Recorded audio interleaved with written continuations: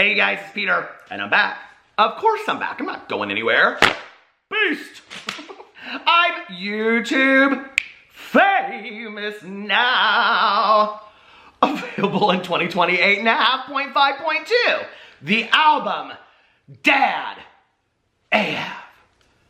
Hey little thing, let me light your candle, cause mama, I'm so hard to handle now, mess around. If one more person messages me and says that I look like Paul Hollywood, which I do think is kind of a compliment, so anyway. Alright, let's get right into this video. Today, before I get in this video, we're gonna talk about Jeffree Star here in a second. This video has changed so many times since I got up this morning.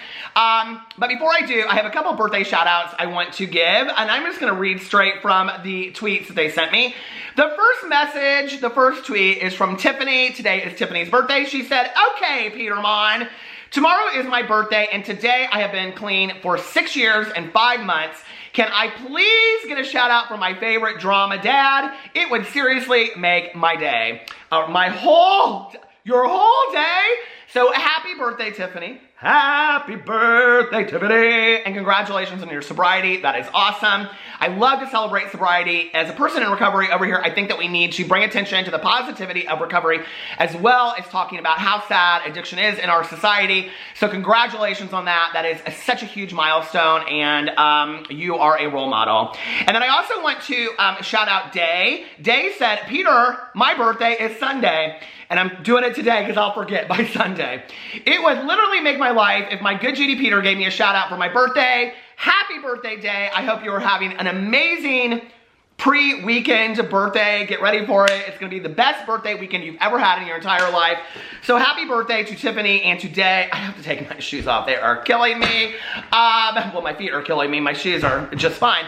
Anyway, we're going to get into this video today about Jeffree Star. Now, let me tell you what happened. This morning I woke up and I had planned to make a video about Tana Mojo and Jake Paul. Oh my God. So boring. But then I was sitting around and ding-a-ling-a-ling, sham-a-lang, dang, ding-jong, ding. How's the drama fun? This is Peter speaking. Oh, hi, Jane. How are you? Drama with Jeffree Star? I mean, never imagine. Did I see his Instagram? Oh, my. Well, all right. Well, I'll go check it out right now, Jane, and we can talk about it at the Women's League tonight. My tuna tetrazzini, it's everybody's favorite. A little burnt, you like it, you say? All right, see you later. Bye, Jane. Anyway, so I started getting all these messages about Jeffree Star and this tweet that he put out, which I'm going to read to you in just a second, and then this Instagram story, which we'll have to see when I get to that part in the video if I'm going to include it or not. There's so much profanity in it that I'm thinking, family friendly over here. We're family friendly, so I don't know if I'm going to keep it up or not. But I want to say something about me talking about Jeffree or Shane or whoever on this channel. James Charles, Manny, Laura, Nikki Tutorials. Nikki Tutorials yesterday put out a tweet reminding us all that, hey, we're just humans. Thank you, Nikki. So anyway, I want to say this. You know, I have really worked hard on this channel. I've said this so many times the last couple of months, to be objective, to be unbiased when I go into a situation. So it was interesting to me yesterday when I posted my video about the first episode of the Shane Dawson series on Jeffree Star, The Beautiful World of Jeffree Star, okay?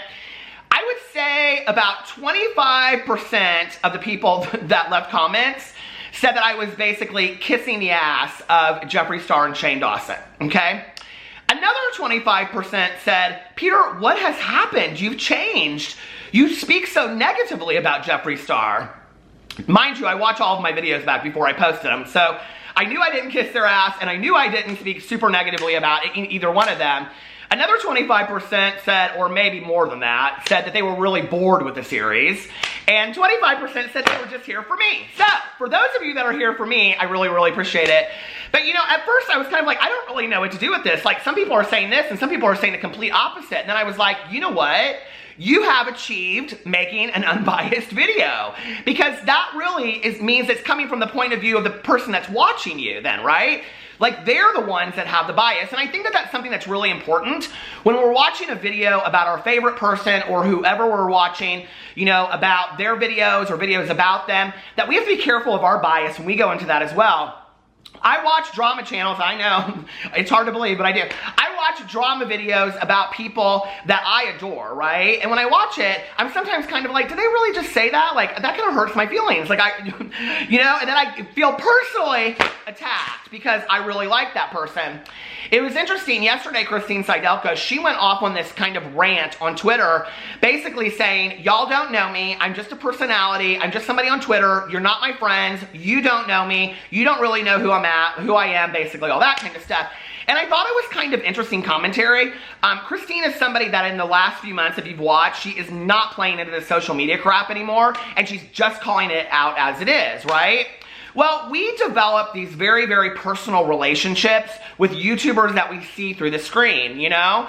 But many times, it's like this inflated version of what they show us. We only see what they show us, right? So, in actuality, you're only falling in love with what somebody is showing you.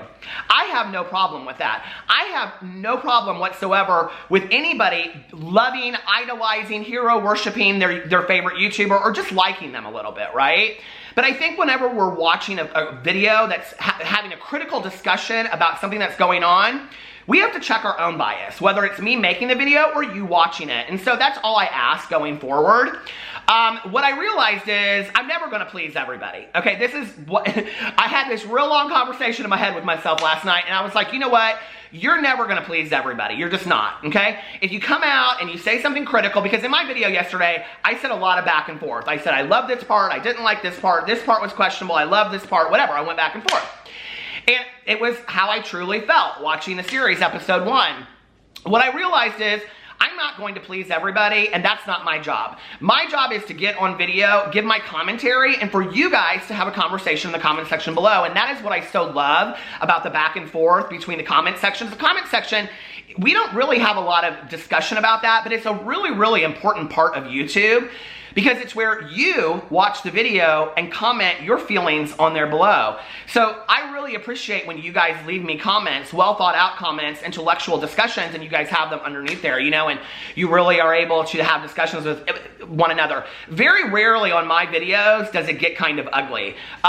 It happens from time to time, but very rarely in the comment sections does it get like that. People seem to be able to have a really kind of rational conversation, and I appreciate that. It also helps me kind of formulate my own opinions. I read a lot of the comments that you guys leave, and I think to myself, you know, I never saw it from that point of view, or I never really thought that before. So thank you for leaving the comments. Okay, today, so going forward, it's a new day over here on YouTube, okay? I'm just saying how it is, and if you guys want to call me biased, call me biased. If you want to say I'm not biased, thank you for being the most unbiased person in the world, whatever y'all say, okay? But I'm just going to tell you how I see it, and I'm going to try to do my best to keep myself in check. All right. So I started getting all these messages about this Jeffree Star tweeter that went out earlier today, and he said, hold on a second, if you're going to send me a PR package in hopes I help sell your boring, bland makeup, make sure you've said at least 2 words to me in the last year, which you haven't. Thanks, management. Hashtag return to sender. Now, what's interesting to me about this, okay, is that one of the comments that I typically get from people about Jeffree Star is that one of the things they love about Jeffree Star is that he came from nothing and he built himself up to who he is today, right? You would think then that smaller makeup influencers that are trying to get their things out there, I don't know, this seems very pointed to me. People are speculating that it's about Nikita Dragun. I don't know if that's the case or not, but I didn't get no Nikita Dragun PR. Don't care. But anyway, so anyway, you know, it's interesting that he comes out and says this, because as somebody that has been a smaller, you know, makeup creator that built his own indie brand, you would think that he would want to help other brands. So I'm not really sure what this is about. But when people started sending me this tweet, I was like, okay, this tweet's really not that big of a deal, right? He's basically just saying, if I don't know you, don't send me your PR unless we're good Judies and all this kind of stuff. But then I went in and I watched his Instagram story. Here, I'm going to include it for you right here. Good morning, everybody. Today is one of those days where there is so much going on. But I had to vent on here really quickly because I was sitting in front of the house and I was opening PR boxes and I'm like, girl, if you're a brand or you're a brand owner and you haven't spoken to me at all this year, I'm talking 0 words, please don't send me your makeup. Girl, Why? Bitch, why? If we are not friends, if I don't fuck with you, why bother sending me your makeup? You don't support me, but you want me, #1 beauty reviewer, to support you, to hopefully pay for your rent. There's no tea. There's no drama. It's just the reality of people. I don't fuck with fake ass bitches. So there's no drama. Y'all can make 20 videos about this. This is just a generic statement. So y'all can be like, oh, Jeffree's talking about this person or this person. Bitch, in general, if you don't fuck with me, why send me your products? The beauty community is so funny. And there's also people behind the scenes right now really trying me and Shane. And I'm like, girl, go worry about your own dreams, your own hopes, your own aspirations. Because all we're doing is trying to execute ours. And we ain't bothering nobody. But people are crazy. LA really turns bitches into monsters. But return to sender. Management says no. Leave me alone. The real reality of it all, and people may be, oh, Jeffree, you're a little harsh. You come off abrasive, bitch. That's my personality. The real reality of it is, I don't lurk or really care about anyone anymore. Like the old days, bitch, I would check on people. What are they saying about me? I don't care. I'm in such a good place mentally. Like the next few months are about to be so magical. We're about to deliver the holiday collection of 2019. And I know people are bothered, but girl, go film, go work, go do your own thing, go leave the house, do something. But please, stop worrying about my bitch ass. That's really all I ask. Okay, so I have some thoughts about this. #1, my thought is, did Jeffree Star basically just say that he only reviews PR from people that he has had interactions with in the last year? That people like that he's only friendly with? So, okay. So he only, as the #1 makeup reviewer, he claimed it himself, he said that, as the #1 makeup reviewer, who's also the CEO of a makeup company, no conflict of interest there, but the #1 makeup reviewer on YouTube, okay, I'll grant him that, I'll give him that, I think he probably is, that he will only review your makeup if you're friendly with him. So to have your makeup reviewed by Jeffree Star, you have to be friendly and kiss his ass? I'm just asking, okay?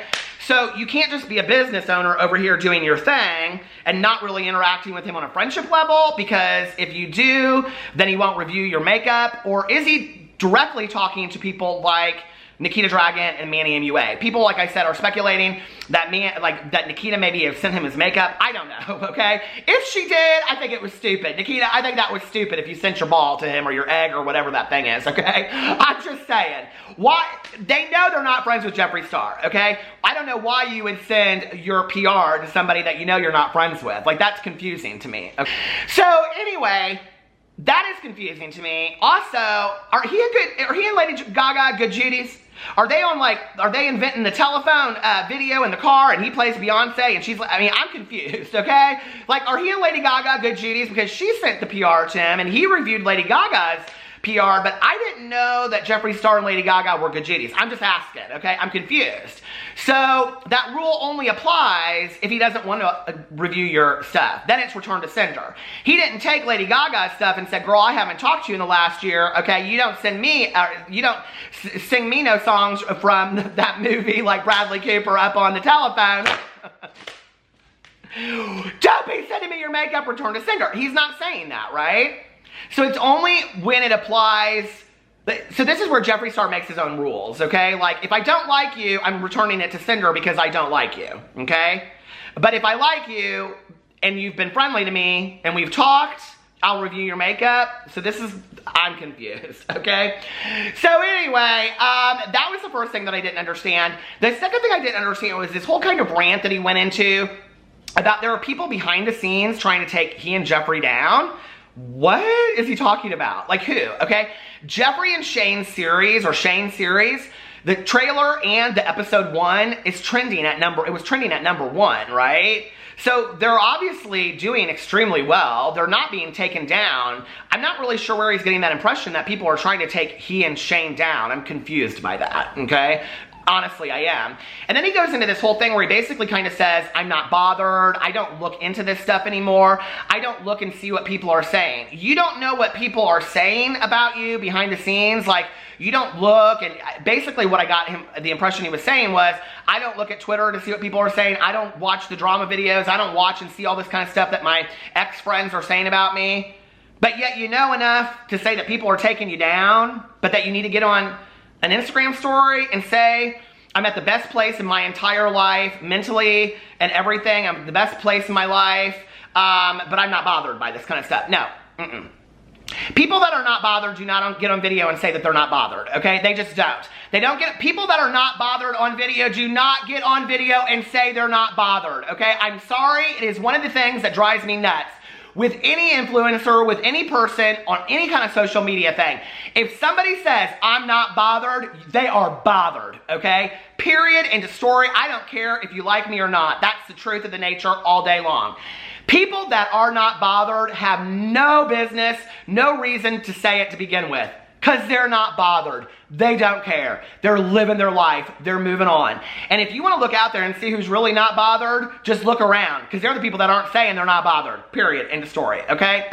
But what was interesting to me about this was that he goes in this whole thing where he's like, you know, like, don't be bothered with what I'm doing. Don't be concerned about what I'm doing. You and Shane just asked us to watch 9 hours of your life, okay? I'm very confused. Are you asking me to watch 9 hours of your life, or are you not asking me to watch 9 hours of your life, okay?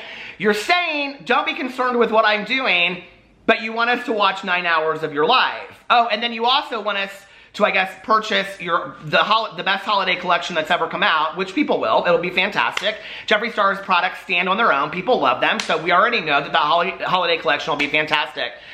But I was so just surprised by this whole, like, Instagram story. The thing is, for me, this is where, like, it's interesting because if y'all don't know, Jeffree Star just passed James Charles on YouTube in numbers, right? But this is where, for me, like, people aren't held to the same standard, okay? Jeffree Star, on the heels of coming out with this series, gets in a video and says, I'm very abrasive, this is who I am, this is just my personality. Well, in the series, the past series and this series, there were a lot of moments where he wasn't abrasive. And that's where I think that him talking about being insecure kind of plays into that. I don't necessarily think that Jeffree Star's insecurities are about his makeup. I just think Jeffree Star has insecurities like the rest of us. And I think that when people say, like, I relate to Jeffree Star because he came from nothing, or I relate to Jeffree Star because he's just so real, right? I think that's true to some degree, but there's a lot of, no, I don't have any script up there on this guy. I'm just thinking, looking up. You know, I think that, like, there are a lot of beauty influencers out there. There are a lot of YouTubers out there. Most YouTubers out there come from nothing and make it big if they're big YouTubers, right? Tana Mojo's a good example of that. I mean, there's a lot of people out there that come from nothing. And so basically, they're the dream, right? So they're an example of the dream. Yes, I think that that is extremely inspiring to see that, right? But do I think that's enough alone for people to look up to him? No. When people say that he's very, very real, I don't know. Like, as a person that sits on the outside looking in, I get a lot of mixed messages. I don't know which one is real. I don't know if this is real, this insecurity sitting there, you know, talking about, you know, very sad moments of his life. I don't know if him getting on Instagram and saying, let me vent, is very real. I don't know if it's all real, and those are just different sides of his personality. I think we all have different sides of our personality, so that's probably it.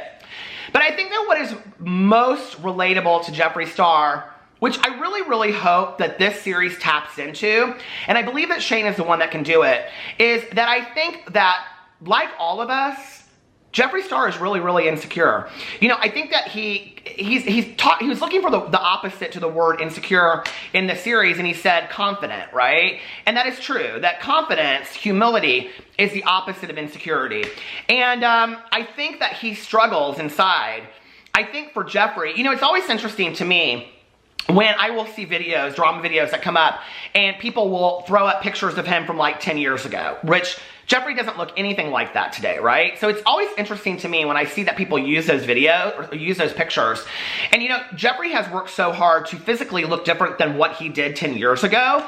So it makes me think to myself, there must be something about that person back then, that past, that he doesn't want any association with. He's changed himself so much, right? That, you know, but that is still inside of him, right? Like, whatever turmoil we've gone through in our life, whatever tragedies, whatever hardships we've gone through, will always remain inside of us to some degree scarred. And I believe that that is inside of him. I believe that those insecurities are there. I think people really relate to that when they see that. I think you can see through the bravado and the arrogance, I think you can see that in him, right? I think we see those moments shine out. I think what Jeffree doesn't realize is that Jeffree doesn't have to come across as this diva type that always wears Gucci and flies around the world, you know, in private planes and things like that.